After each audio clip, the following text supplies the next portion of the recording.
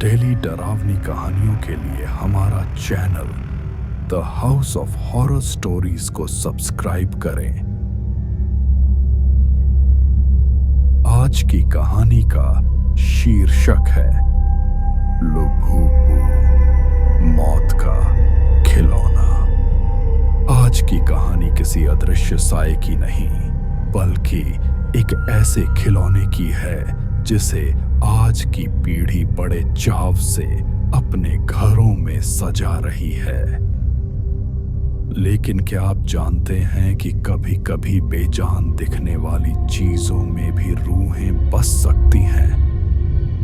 आज की कहानी है समीर की, एक ऐसा नौजवान जो अपनी तर्क शक्ति पर बहुत भरोसा करता था, पर एक लुभुबु डॉल ने उसकी जिंदगी को हमेशा के लिए एक अंतहीन दुस्वप्न में बदल दिया।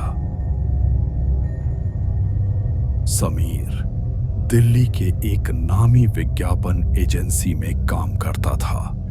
उसकी उम्र लगभग 28 साल थी।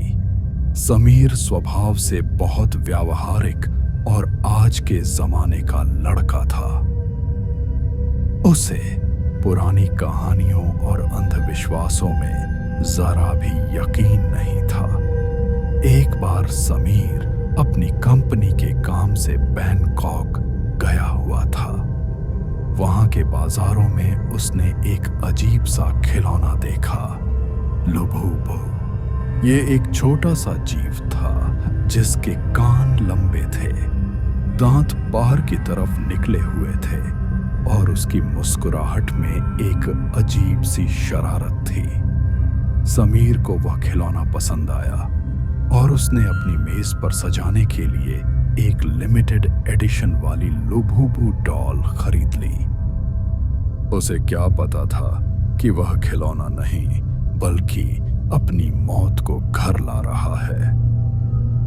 जब समीर वापस दिल्ली आया तो उसने उस डॉल को अपने बेडरूम की खिड़की के पास वाली मेज पर रख दिया।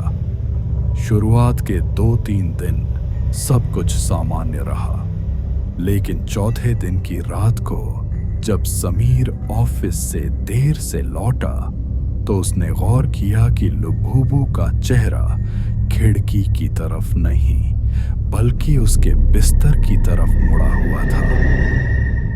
समीर को लगा कि शायद सफाई करने वाले ने उसे हिला दिया होगा। उसने उसे वापस सीधा किया और सो गया।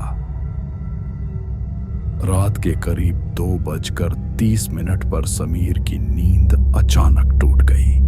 उसे ऐसा लगा जैसे कोई बहुत धीमी आवाज में फुसफुसा रहा है। कमरा पूरी तरह अंधेरे में डूबा हुआ था। सिर्फ खिड़की से आती चांदनी कमरे में एक अजीब सा साया बना रही थी। समीर ने ध्यान से सुना तो उसे एहसास हुआ कि आवाज उस मेज की तरफ से आ रही थी जहां लुभुबु रखी थी। उसे ऐसा लगा जैसे कोई छोटे छोटे पैर कमरे के फर्श पर चल रहे हों। समीर ने फौरन लाइट जलाई, लेकिन वहां कोई नहीं था। लुभुबु अपनी जगह पर ही थी, लेकिन उसकी आंखें। समीर को लगा कि उसकी प्लास्टिक की आंखों में एक अजीब सी चमक थी, जैसे वे सजीव हों। समीर ने खुद को समझाया कि ये शायद काम का तनाव है। अगले दिन उसने अपने दोस्त राहुल को फोन किया और उसे घर बुलाया। राहुल को इन सब चीजों में बहुत दिलचस्पी थी। राहुल ने जब उस लुभुबु डॉल को देखा तो उसे एक अजीब सी बेचैनी हुई। उसने समीर से कहा, भाई, ये खिलौना देखने में जितना क्यूट है, इसकी ऊर्जा उतनी ही नकारात्मक लग रही है। मैंने सुना है कि बैंकॉक के कुछ प्राचीन कबीलों में इन पुतलों का इस्तेमाल रूहों को कैद करने के लिए किया जाता था। समीर हंसा और उसने राहुल की बात को मजाक में उड़ा दिया। उस रात समीर ने राहुल को अपने घर रुकने के लिए कहा। दोनों हॉल में सो रहे थे। आधी रात को राहुल को किसी के रोने की आवाज सुनाई दी। उसने समीर को जगाया। दोनों दबे पांव समीर के बेडरूम की तरफ बढ़ रहे। कमरे का दरवाजा हल्का सा खुला था। समीर ने जैसे ही अंदर झांका, उसके रोंगटे खड़े हो गए। वह लुभुबु डॉल मेज पर नहीं थी। वह कमरे के बीचों बीच फर्श पर पड़ी थी और उसके चारों तरफ समीर की पुरानी तस्वीरों के टुकड़े बिखरे पड़े थे। सबसे डरावनी बात यह थी कि उन तस्वीरों में समीर की आंखों वाली जगह को किसी नुकीली चीज से कुरेदा गया था। समीर अब डरने लगा था। उसने उसी वक्त उस डॉल को एक डिब्बे में बंद किया और उसे घर के बाहर कचरे के डिब्बे में डाल आया। उसे लगा कि अब मुसीबत टल गई है। वह वापस आकर सो गया। लेकिन सुबह जब उसकी आंख खुली तो वह डर के मारे चीख पड़ा। वह लुभुबु डॉल वापस उसकी मेज पर बैठी थी। इस बार उसके मुंह से खून जैसी कोई लाल चीज टपक रही थी। समीर ने देखा कि उसके हाथ पर भी छोटे छोटे दांतों के निशान थे, जैसे सोते हुए उसे किसी ने काटा हो। समीर ने अब एक तांत्रिक से संपर्क करने का फैसला किया। उस तांत्रिक ने समीर के घर की स्थिति देखते ही कह दिया, तुमने इस पुतले को नहीं खरीदा है, बल्कि इस पुतले ने तुम्हें अपना शिकार चुना है। यह लुभुबु आम खिलौना नहीं है। इसके अंदर एक ऐसी अतृप्त रूह है जिसे एक शरीर चाहिए।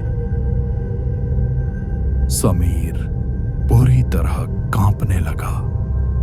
तांत्रिक ने उसे एक सुरक्षा कवच दिया और कहा कि आज की रात उसे इस पुतले के साथ एक कमरे में बंद रहना होगा और प्रार्थना करनी होगी, चाहे कुछ भी हो जाए। वह कमरा छोड़कर बाहर न निकले। रात का सन्नाटा गहराता जा रहा था। समीर कमरे में अकेला था। लाइट बंद थी और मोमबत्ती की लौ दीवार पर डरावने साए बना रही थी। अचानक लुभुबु डॉल मेज से नीचे गिर गई। समीर ने देखा कि वह धीरे धीरे बड़ी होने लगी। उसका आकार अब एक छोटे बच्चे जैसा हो गया था। उसके कान लंबे और नुकीले हो गए और दांत और भी भयानक लगने लगे।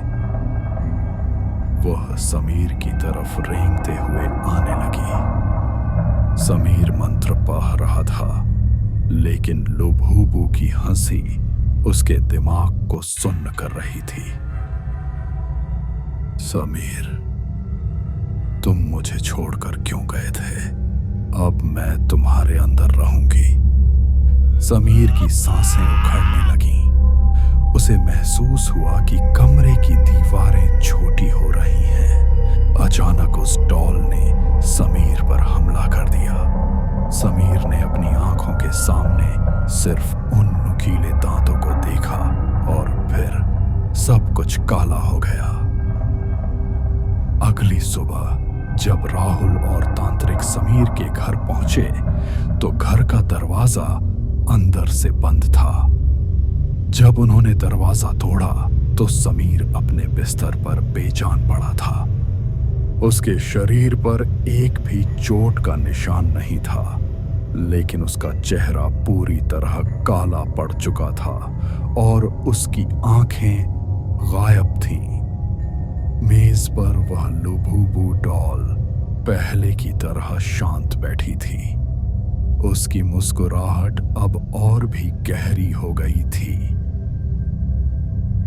पुलिस ने इसे एक आकस्मिक मौत करार दिया, लेकिन समीर की डायरी के आखिरी पन्ने पर कुछ लिखा था। यह खिलौना नहीं है, यह एक जेल है और अब मैं इसके अंदर हूं। समीर के अंतिम संस्कार के बाद उसका सामान पैक किया गया।